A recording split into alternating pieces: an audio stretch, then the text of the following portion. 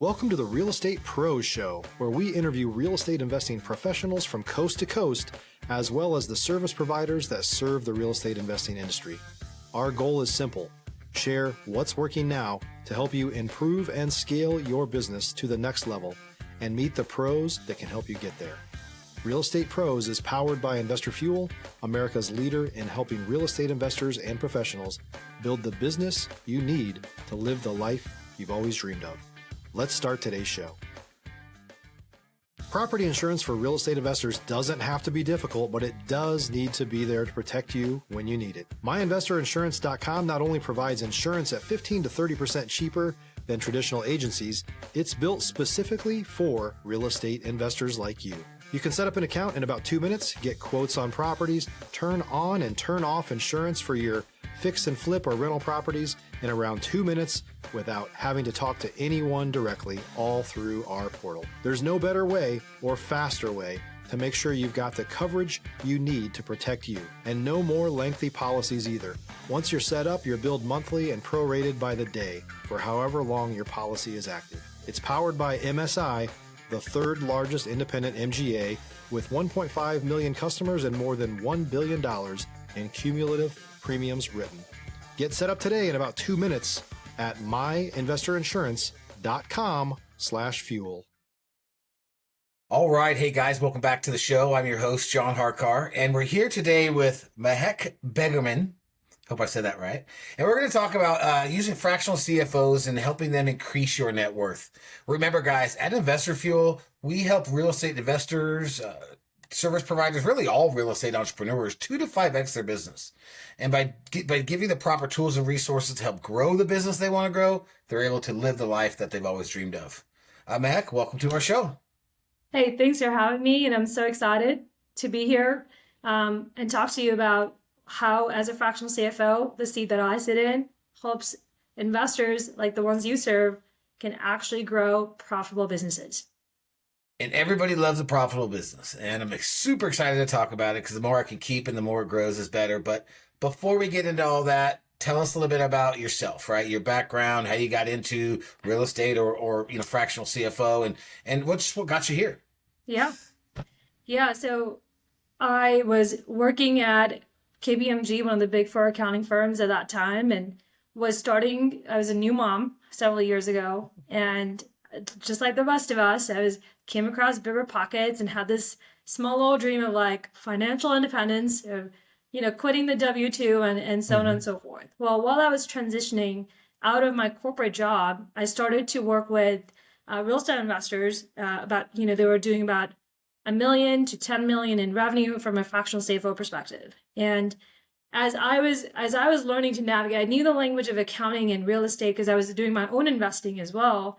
I started to see a change. Like I started to see value add that I had not seen in my corporate job. And so it seems minuscule, but we all want to do work that's fulfilling and meaningful.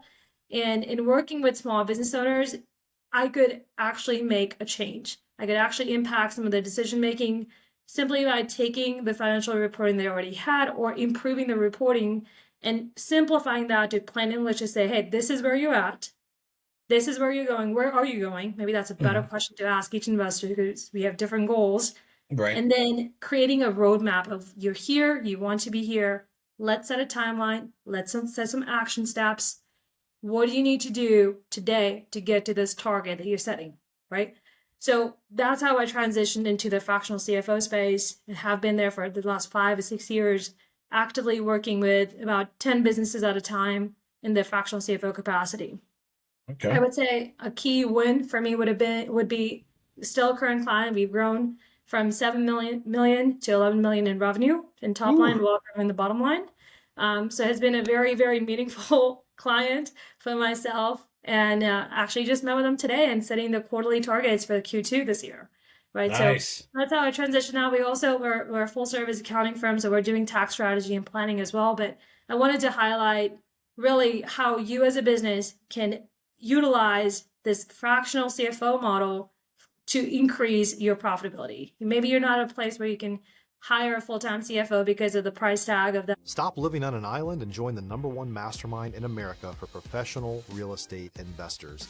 Investor Fuel is a community of hundreds of the nation's top investors working together to build stronger businesses and better lives. In addition to the amazing community of real estate investors acting as a board of advisors for one another, Investor Fuel members have access to 100% funding on purchase and repairs for our members only, a health insurance program, and benefits and discounts that more than pays for the membership of most of our members, meaning it's actually costing you money to not be a member of Investor Fuel. If you're looking to scale your business and build a business that allows you to live the life of your dreams, please visit investorfuel.com today and book a call with our team. Of that role and putting that person into your business full time, but you can still tap into what you need from a financial reporting and directional perspective, even being a smaller business size. Now, before you got into this, what was your previous W-2? What were you doing?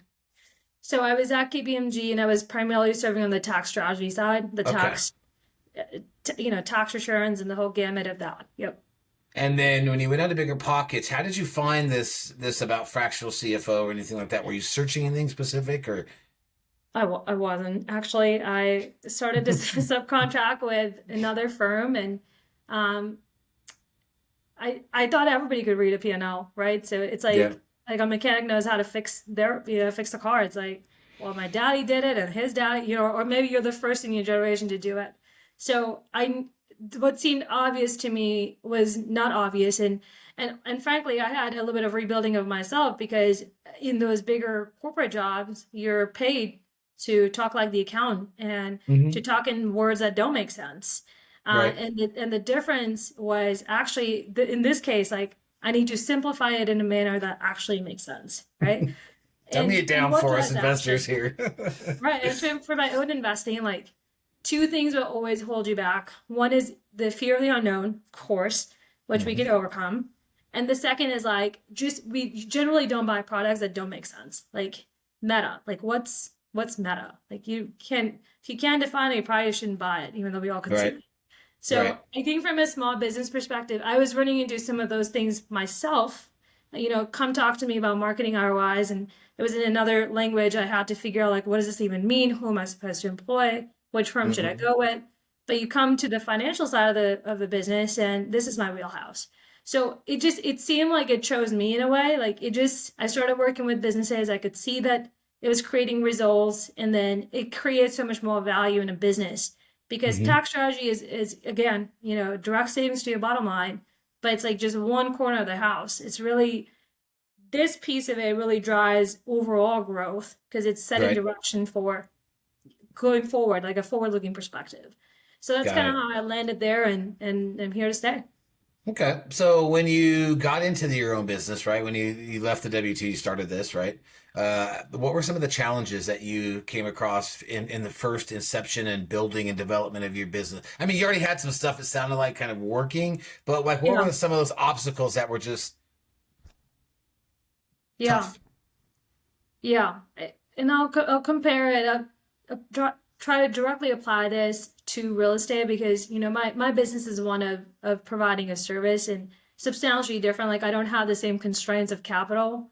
I have the constraints of labor and good labor and expensive labor cost. And you do too, as a flipper, you certainly have rehab being one of your biggest line items on your P&L, one of the biggest things that influences either the profitability or lack thereof on a project level. But I would say building my team, hardest thing I've done yet. And then SOPs, right? Like we all talk about SOPs and the cadence of it. The transition from going to solopreneur to having a team you can rely on is massive. I would, right? So it's like, once you have that foundation, then you have exponential growth. But going from, if you're doing about $1 million in revenue to 10 million, it feels like a hike. It feels like such an uphill battle because, and I've seen this with my own clients, like stuff tends to break, especially if you grow too fast or you don't have any direction on like, I have clients sometimes are like, yeah, we're going to 2x revenue from this year to next year. Okay, great. That sounds great on a vision board, but where are the stats? Like, show me the stats, right? So what does that mean from a quarterly perspective? If you're looking for consistent, high-quality leads, look no further than Investor Machine. Investor Machine isn't just another agency. It's the most sophisticated, data-driven lead generation company on the planet for real estate investors, and serves the role of being not just a lead generator for your business, but a marketing partner that is helping you achieve your goals along the way. Go to investormachine.com to learn more and schedule a call with our team today.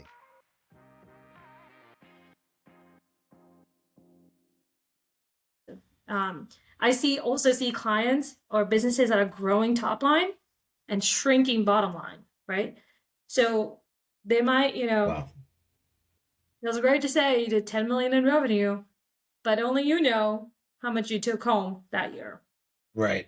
Or where the bottlenecks are. Maybe you're not able to fully fund your projects, or you have investor capital sitting out there that got used up in another project and you've got capital calls. Or you got to answer to this private money lender that you weren't able to pay back on time, and you're incurring, 25% interest on debt. So these are all subtle things that like they don't come out. They come out in closed rooms where you need an advisor who understands where your business is today, do a financial check on like, how am I doing really? Like, tell me how I'm actually doing.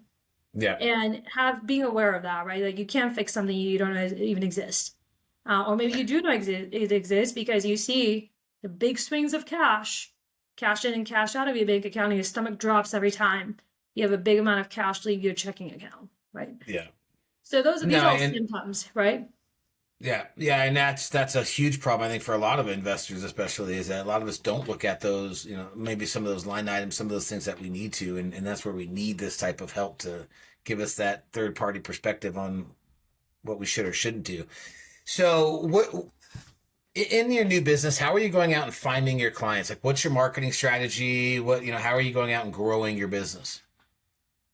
Yeah. So in fairness, it's platforms like this that directly address, investors who are in that scaling phase of their business, who are actively growing businesses and maybe bogged down with the operations of it. So I compare it to, if you're a person who's fairly conscientious of your health and you work out and I do, and you'll do your lab work and so on and so forth. I can see the lab work and I can see like the physical report, but it's not very meaningful to me. Like somebody, like a doc or a physician has to help me understand, here's where you're at, here's where you want to be, and this is what you need to do to get there, right? And so in working with clients, and to answer your question directly, a lot of our work does come from referrals of clients.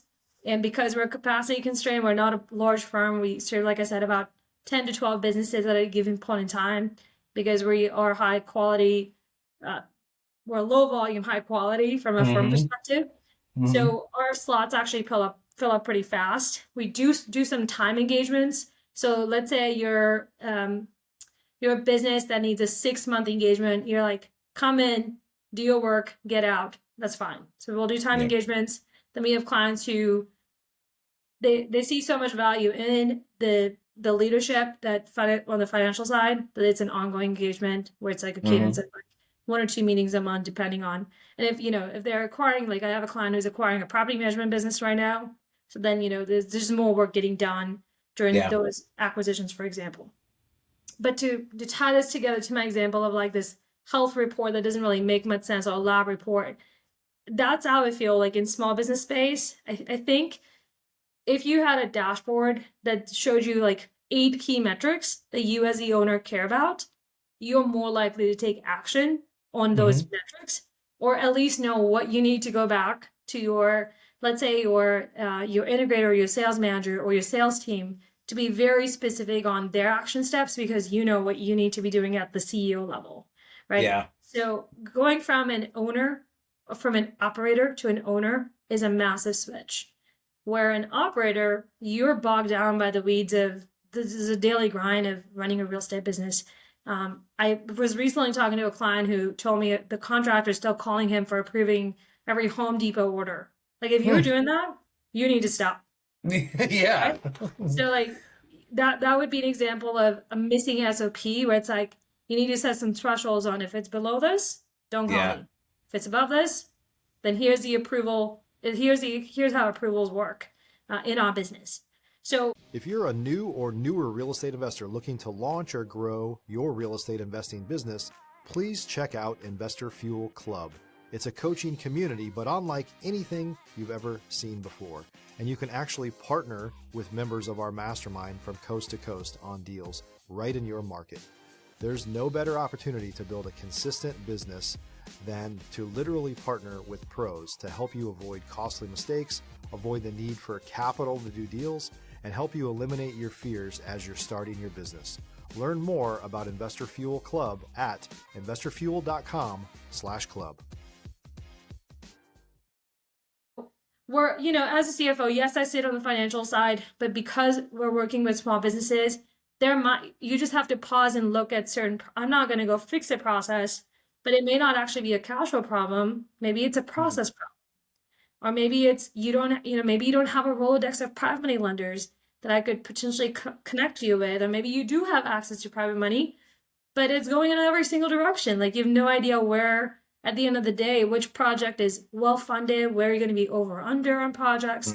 So having some sort of financial scorecard that helps you see high level, because you are a CEO of your business, to influence the next right step is exactly what I think owners need to grow those profitable businesses we were talking about just at the start of this podcast.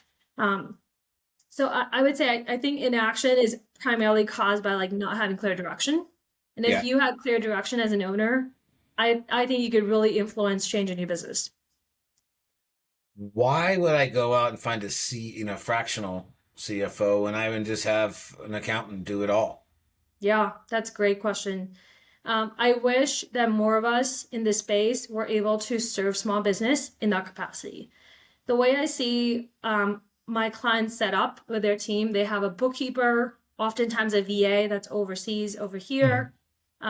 Very common to have a VA. I think it's also industry standard to like hire this out, Philippines, VA, they'll do everything, which is great. Then you have your CPA who picks up your books, if you're lucky, once every quarter, right? Sometimes once a year, and they're just trying to minimize that tax bill. That's their job. And then you have this massive need in the middle, which is most of my business owners who are scaling at this level are going to go find that integrator. They should. They need a COO. But then you have this missing piece, which is so crucial. Like how are we managing cash flow and how are we managing profitability? Who's doing budget to actuals? Where are we leaking cash? And that piece just gets missed because nobody, like if you think about an entity org chart, you have all these names and boxes, and then you've got the massive gap on accounting because you've got, and no shade to, or you got everybody's name in that box. Yeah, it's like, multiple things. It's like, I thought you were doing that. I thought you were doing that.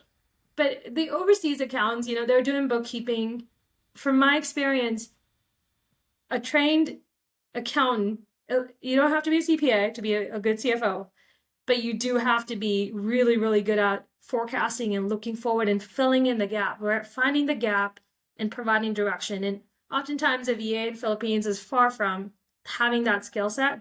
So you might be solving for data entry, and that's great. But I would say most businesses who are scaling, who don't know where money is going, are missing that key role that they maybe haven't even thought about because they thought somebody else has it covered. You mentioned earlier, scaling and getting to a point where you add a COO. Is that more important at first than it would be hiring a CFO or someone to look at the finances? I mean, is there like a certain level of business probably needs to be at before they inquire into someone like yourself? Yeah. I'm not trying to fire myself from clients, but I would say hiring a COO and an integrator is crucial. Yeah. I find that especially as you scale, you're doing more deals, you need somebody who's like, most of my visionaries, they're trailblazers. They're going out there, they're getting deals, they're finding private money, they're getting stuff done. Then you need somebody who's cleaning up behind you, essentially is what a CEO is doing. You need to make sure all the plates that are spinning and you don't drop any of the glass plates. So a CEO is crucial, right? And that's also who I'm leveraging in the CFO seat.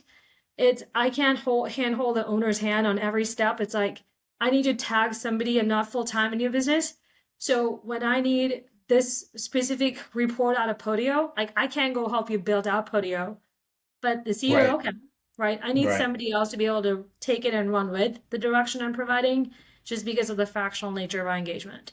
I would say that clients are serious about really engaging a CFO and driving results.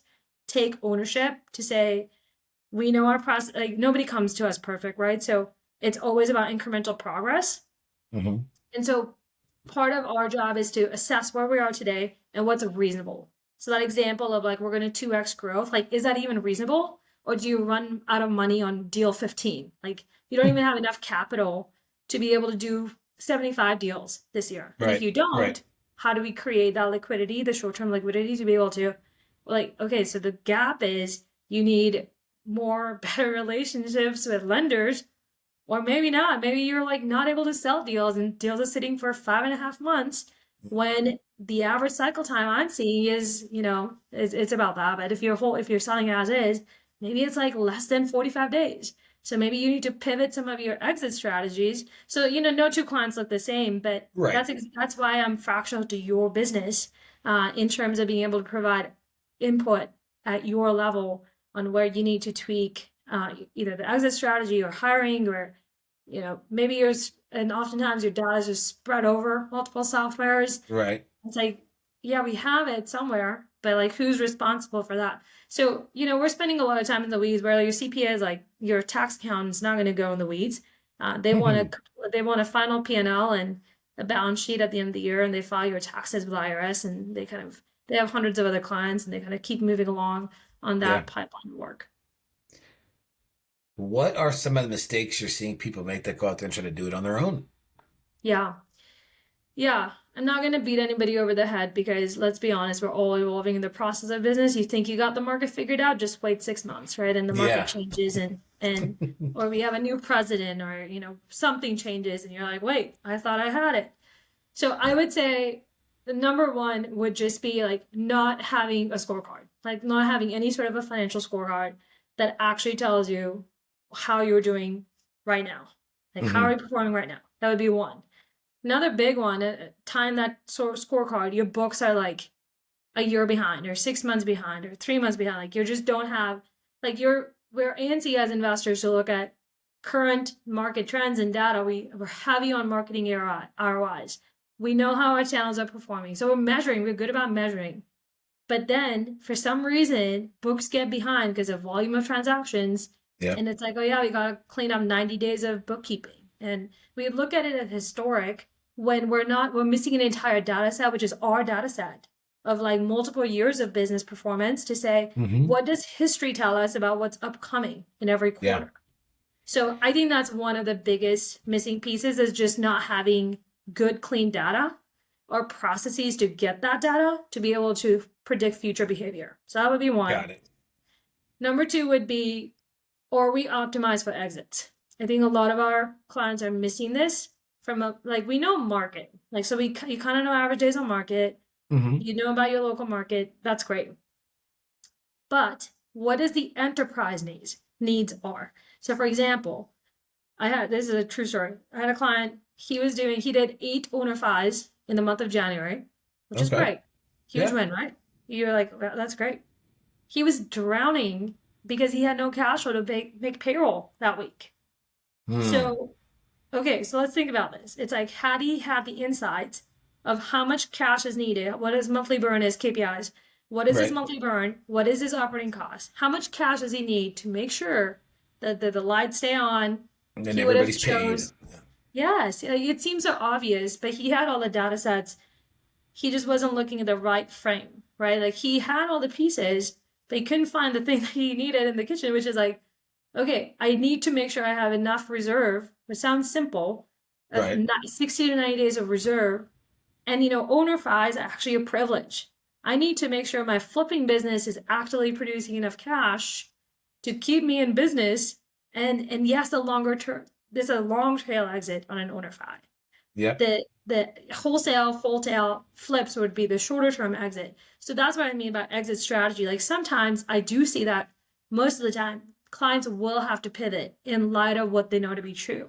how much debt is out there. So there's all these variables, and I can't really tie it all together in a pretty little picture, but all those high level, like the macro decisions, will influence the micro decisions of deal by deal exit. So that would be number 2. And number 3 would be, how are you actually doing? Like, are you happy with your current business? Like, are you running to the ground? And not just owner comp, right? So most of us here in the States, like, we like, capitalism. I love it. I immigrated from India, so I'm living the dream. However, how are you really doing? Like, can you operate the business model you have for the next 10 years, 15 years, 20 years? Like, are you completely burnt out? If you are, you got to make a change, right? Yeah. So, and a lot of my clients will ask me, hey, what do I need to do to bring in an integrator, for example? Maybe they haven't hired that person and they don't know if they can afford to hire that integrator. So that's a mathematical problem we can solve. Right? Like, we can set targets and understand your monthly revenue needs to be X for you to be able to afford an integrator at, let's say, $150K plus some sort of equity comp type structure. Right. What does that comp structure look like? So these are mathematical problems. They feel very emotional when it's your business, but you can have a roadmap of like, yeah, you can't hire them yet, but in 6 months' time, with this roadmap, you could be at a point of hiring an integrator. So I'm going to highlight those 3, and I really say this: all the pieces are there. It's like a chessboard. All the pieces are there, but if you understood how the game is being played in your business, then you can make the right moves to position yourself in the best possible place to be able to win. Got it. Okay. And man, you shared a lot of information, and we could probably go talk for another 30 minutes or so. But thank you very much again for being on the show. And guys, I had a great show. I hope you did too. And we'll look forward to seeing you on the next one. Cheers. Thanks for joining us for today's Real Estate Pros Show. You can learn more about the amazing benefits of the Investor Fuel Mastermind community, including surrounding yourself with hundreds of other rock stars, 100% financing for your deals, and members-only discounts from vendors you're likely already using that, as a member of Investor Fuel, will save you more than the cost of your membership. Visit investorfuel.com to learn more. If you're interested in joining us as a guest of this show, please visit investorfuel.com/pros to apply. You can also check the show notes for access to free resources, how to get access to world-class lead generation, and much more. Don't forget to subscribe so you never miss another episode. Have a great day. We'll see you on the next show.